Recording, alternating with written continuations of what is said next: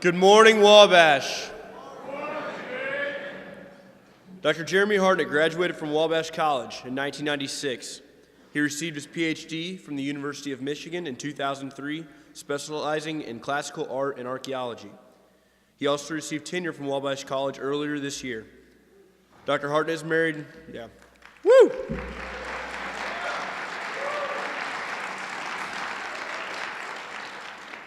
Dr. Hartnett is married to Professor Lamberton, and they have two wonderful children, Henry and Silas.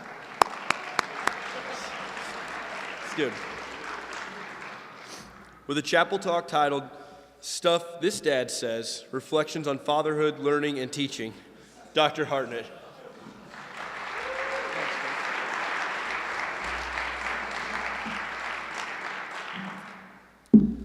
Good morning, and thanks, Jake, for the introduction. Before I get started, let me say something publicly as an alumnus of this college.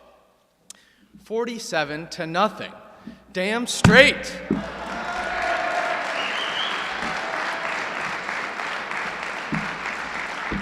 Now, that is the way you end a Wabash football season. Hartnett speaking tip number 1. Get your audience's attention and pander to them shamelessly. As you might guess from my title, I'm going to talk today about fatherhood. Since I came back to Wabash as a professor in 2004, a lot has changed in my life. Over the past 7 years, I've gotten married, taught, and lived for a year in Italy, published some articles, bought a house, and seen several classes of students shake off their high school letter jackets, sheepishly turn in their first papers, grow beards, blub up on fried food, complain about CNT, abandon hope of being a pre-med, paint themselves red at the bell game, and ultimately, and deservedly, walk proudly across the stage at graduation. As challenging and rewarding as these experiences have been, the one biggest change in my life has been becoming a father to our two boys, Henry and Silas. So today I want to talk about this great transformation and what I've learned from it. I've chosen this topic for several reasons. First, it's not directly about Wabash. I'm all for speeches from this lectern that celebrate our college. But some of the chapel talks that I most appreciate are those that explore experiences beyond our college's walls, like Charles McLaurin's remarks last week. These outsider perspectives may shed the most light on what we take for granted. Anyone who has visited Aboriginal peoples in Ecuador or wandered the electric streets of Tokyo will tell you that the experiences changed their outlook on this college and this country. And so my second reason for reporting back from the land of fatherhood is that this topic, though it isn't about Wabash directly, can give insight into what happens here or any other setting where education occurs. Finally, I want to talk about being a father because it is an experience that potentially unites all of you, our students. Latino, black, white, or Asian, gay, straight, or asexual, silver, spooned, or up from the bootstraps, Christian, Muslim, Hindu, Jewish, agnostic, atheist, or warlock, we live in a time and a place when you can all be fathers if you choose to be. Whether you or not you decide to be a father, there are some things that you need to know. So here are 7 thoughts about fatherhood, most of them things that people are afraid to tell you. Number 1, cliche or not cliche? Okay, so in venturing into this topic of fatherhood, I fully recognize that I'm walking along a well-trod path, since lots of cliched things have been said about being or becoming a father. Let's start with the one that comes at the very beginning. First, if I were to choose an adjective to describe the days my two boys were born, I would go straight for the superlative, but I wouldn't choose best or most amazing. Instead, I would probably choose scariest or most surreal. Sure, both were joyous days, but only in the end. The moments in themselves were terrifying on both practical and existential levels. I mean, when we found out we were expecting, it hardly seemed real at first. Sure, Jill stopped drinking, so I made the selfless move of sipping on stuff that she doesn't like, boxed wine, and Schlitz. Once a Wabash man, always a Wabash man. And Jill was exhausted, but the whole thing didn't affect me much, at least not until I heard the heartbeat and saw an ultrasound for the first time. When that first family portrait appeared on the screen, looking more like an amoeba with a proto-spine than anything else, well, this caca just got real. And my paranoia only increased with each routine test. Of course, they're looking for nightmare scenarios, but the radiology techs don't tell you if anything's wrong. If you're nosy like me, they'll tell you what they're looking at, but that doesn't help to settle any nerves. 4 chambers of the heart, 2 brain lobes. I never thought I'd be rooting so damn hard for a gallbladder. Thankfully, after a short wait, we found out that everything was just fine. But the news did little to allay my fears, which persisted up until the delivery. When we went to the hospital, one part of me was thinking, it's okay. People, after all, have been doing this for a long, long, long time. And the part of me that braces with every takeoff and landing also is thinking, but it could go so horribly wrong for Jill, for the baby. I'm not saying this was rational, but I do think it offers a lesson about the paradox of love. Being a father, spouse, or anyone who really loves someone means living life scared that something will happen to your beloved. It's not fun, but what's the alternative to this vulnerability? To live a life without people that you aren't fully dedicated to? I'm not saying fathers and mothers have the market cornered on this experience, but I never remember feeling it more acutely than in the moments before our boys were born.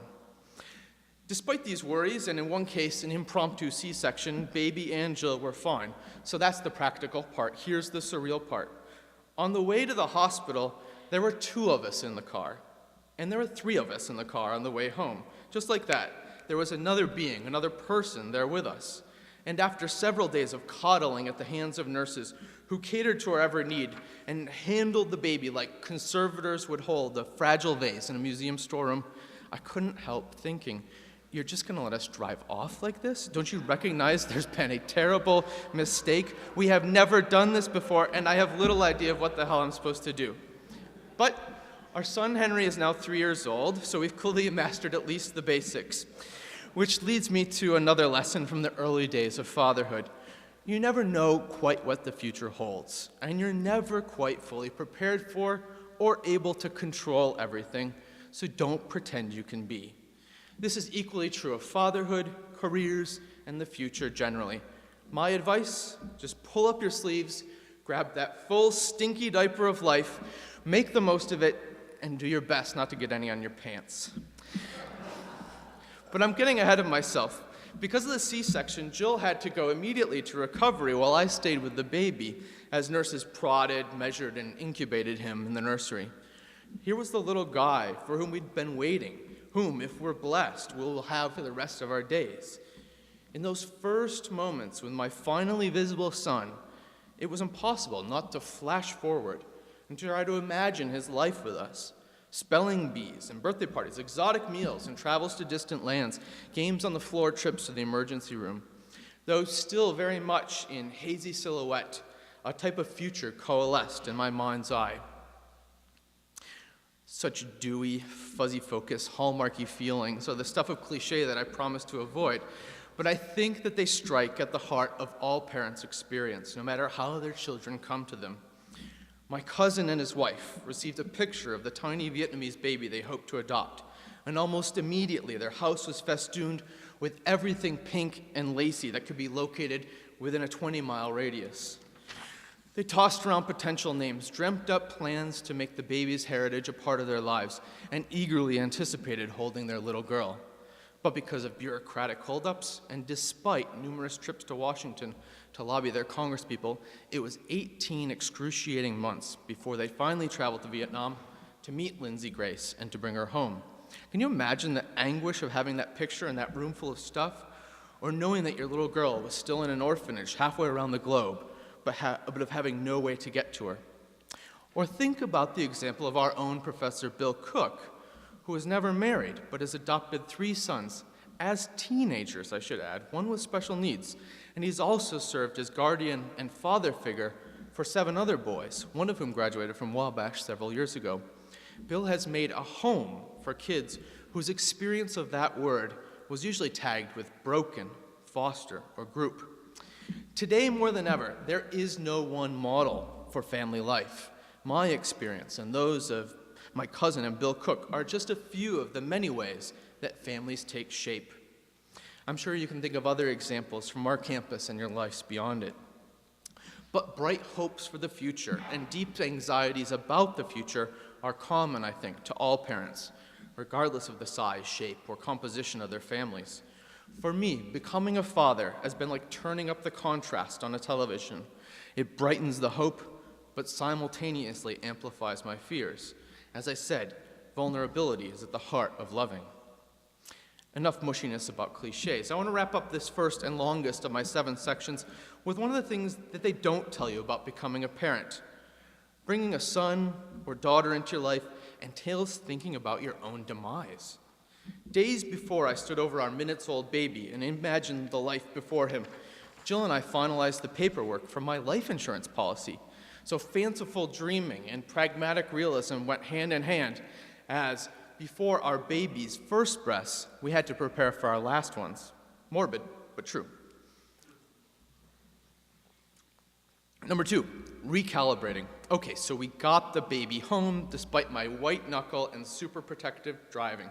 Deep breath. Okay, 10 and 2, 10 and 2. Hey, jerk face, mind giving us a little space and not tailgating? We have a new baby in this car. Calm down, Hartnett. Calm down, Hartnett. Don't drive angry. Don't drive angry. Home at last. Here's another thing they don't tell you about being a father. It is hard, damn hard.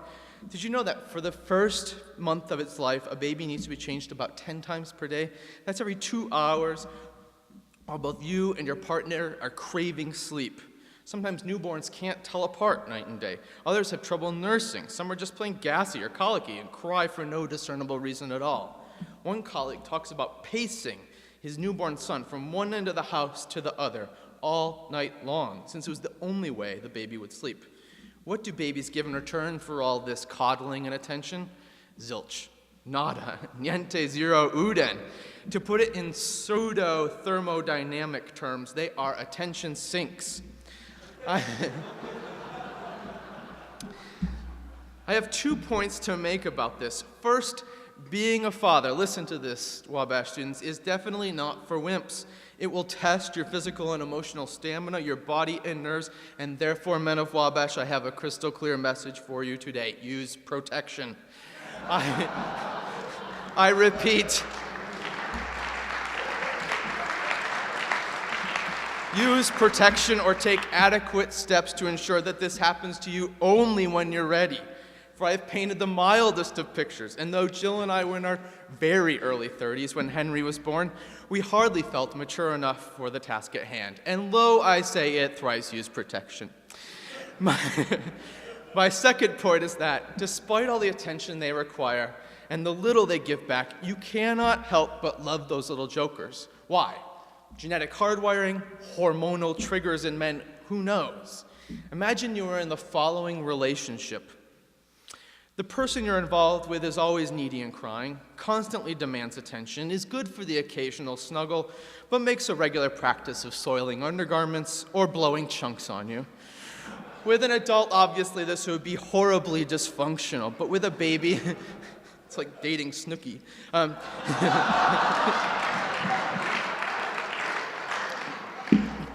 But with a baby, you're smitten. And its every squirm, coo, and cry can be fascinating. Since babies can't talk, you're left to CSI your way through what's happening.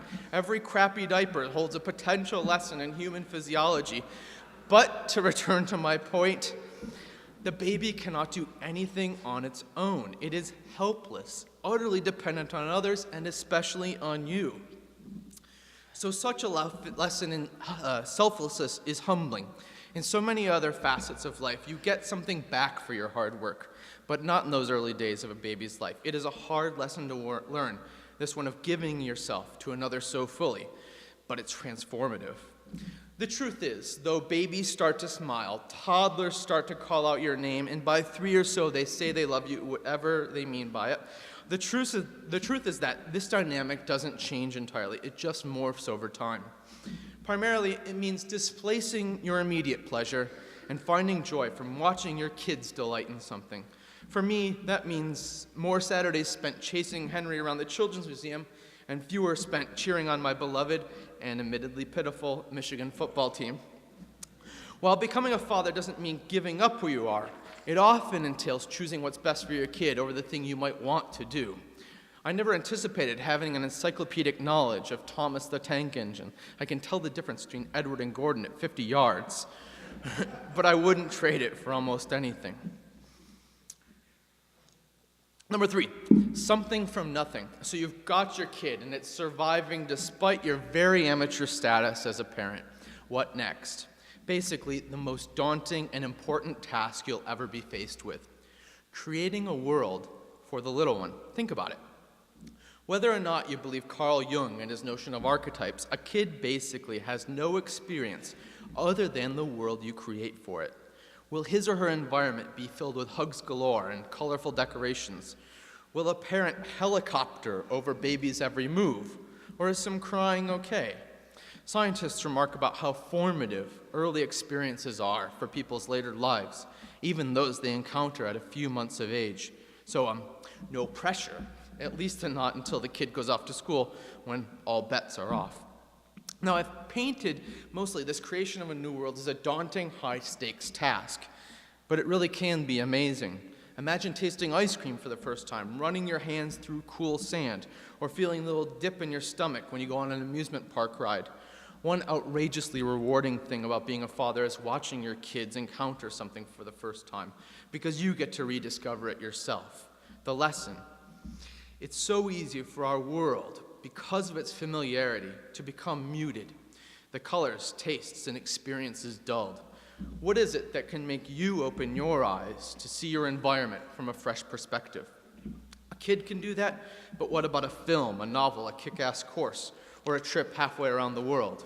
How do you get outside yourself and the limitations of your own time, place, and circumstance? How do you learn to view your world anew? Number 4, licking leaves. The lesson, however, isn't just about what you see in your world, but how you might see it and investigate it. Babies have a lot to teach us about our main business at Wabash, the business of inquiry. Watch a baby sometime and witness its inspirational strategy for investigating its world. When babies come across something like a leaf, they use every means they have to figure out what the hell it is. The babies grab the leaf. They look at it really carefully. They try to crinkle it to see what noise it makes. They rub the leaf against their face, and ultimately and inevitably, they stick the leaf in their mouth. Looks, touch, sound, texture, and taste, every tool in the arsenal is used. Watching this process as a father and as a professor makes me wonder how often our own inquiries are as rich and novel as they could be. What resources do we have at our disposal that go unused? Our hope in a liberal arts education is that you will be armed with a vast array of ways of looking at complex things like bioethics. We hope that you can put scientific, philosophical, and other perspectives in conversation with one another rather than falling prey to jingoistic blurbs. Intellectually, we hope you'll do the equivalent of licking the leaf rather than barely noticing as it crunches beneath your foot. Number 5, allergies in a Purell world. Okay, so all this talk about allowing my child to ingest various elements of nature does get me to another challenge of fatherhood, trying to figure out a suitable balance between, on the one hand, letting your kid experience the world with all its dangers and pitfalls, and, on the other hand, cocooning your child in a totally safe environment. How much do you let your kid fall down, and how often should you break that fall? I don't remember seeing hand sanitizers like Purell much as a kid, but they seem everywhere now. And if you go to the mall or the zoo or a museum, you'll see parents dutifully coating their kids with antibacterial gels. But one irony of a Purell-dominated America is that food allergies here have increased. That is, attempts at insulating kids from their world, its contagions and dangers, may have actually rendered normal things dangerous. This isn't just a lesson about hygiene, I think, but a metaphor for child rearing and perhaps even life more generally. If you lead a life where everything is clean, non-foreign, and doesn't pose a threat to your cultural immune system, isn't there a risk that your world will shrink, that your development will slow, and that your sensations will atrophy? I'm not telling you to jet off for a fancy, freewheeling adventure in Bangkok, nor am I going to spout cliches about seizing the day. But my experience as a father makes me think about the paradoxically stifling dangers of living in a world without risks of some type. So get out of your cul-de-sac, avoid Purelled environments, and let the microbes of life threaten and enrich you. Number 6, Odi et amo. The title of this section comes from the Roman poet Catullus. It means, I hate and I love. I want to share 2 lessons about the love from and the love for your kids. First, as a person who finds great pleasure in cooking and in nourishing through food, I didn't anticipate how jealous I would feel when Jill nursed Henry and I was left to fetch burp rags. Though as a father, I have enjoyed some brief windows of time when Henry clearly preferred me when he was upset or got hurt, I've come to accept the inevitable, namely that fathers can't hold a candle to mothers. Moms can make things better that fathers cannot. It stings when Henry has a nightmare and I try to help him, but he shouts, "No, not you, I need mama." His voice isn't that deep, though. Someday. Being a father to a little one means developing a thick skin, and God help me when the boys hit their teens. The second lesson that you need to know has to do with seeing yourself in your kids. If your children are biologically yours, then my friends in the biology department tell me there's a good chance they will have much of your genetic makeup, which can be a bit odd when they look like miniature versions of you, or when you inevitably take some sliver of egotistical pride in your kids' accomplishments, like learning to read. It's also cute at times when they also like some of the things you like. Touchdown, Michigan. But having a mini you around can be infuriating, since your kid not only has your good genetic traits, but also some you're not so proud of. For example, our son Henry is sweet and funny, but like me, he doesn't like anything unless he thinks it was his idea. And to the dismay of his mother, my slightly OCD streak runs strong in Henry, to the point where he tells Jill that her coat belongs in the closet, not on the chair.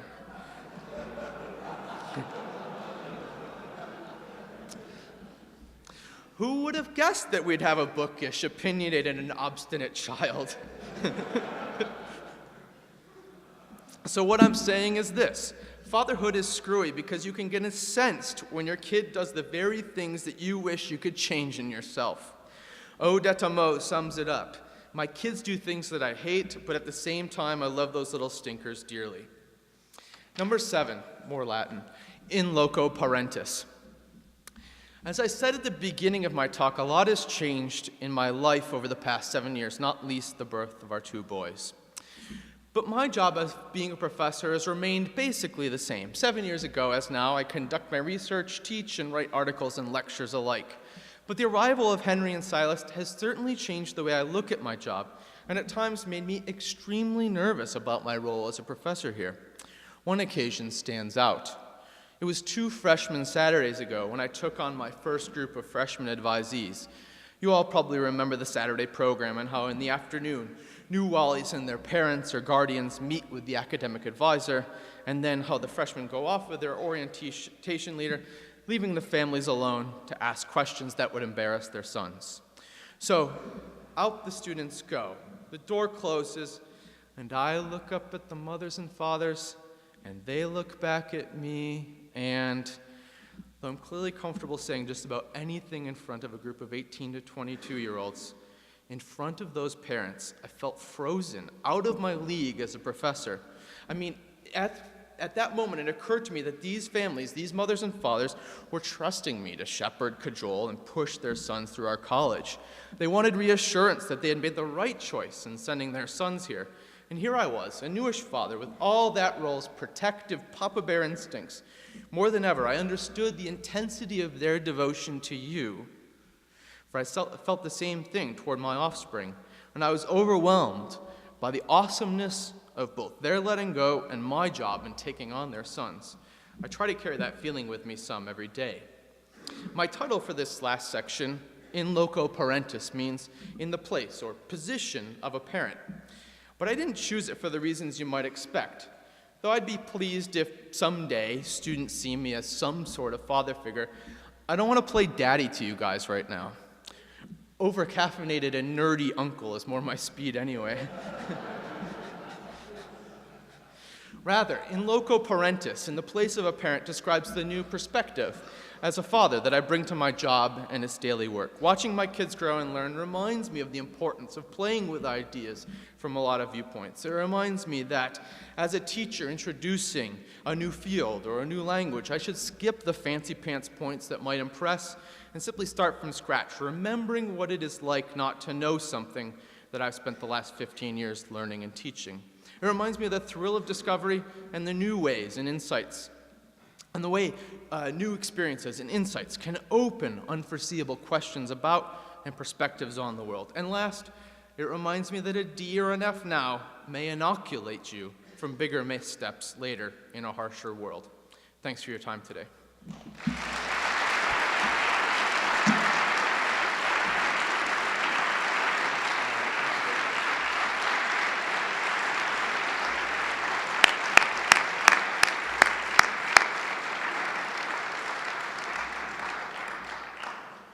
Some announcements. Friday afternoon is the celebration of student research. Go out and support your classmates. Also, the Board of Trustees of the National Association of Wabash Men Board will be on campus. TGIF this week will be at Teak. Rhineship applications are due at that time. Saturday, basketball plays Kenyon at home at 3 o'clock. Swimming hosts Illinois Wesleyan. Wrestling will be at the Pete Wilson Invitational at Wheaton, and the track team will be at Oberlin. Also, the Brothers of Theta Delta are collecting money after chapel for the Polar Plunge. All donations will go to charity. Please stand and sing Old Wabash.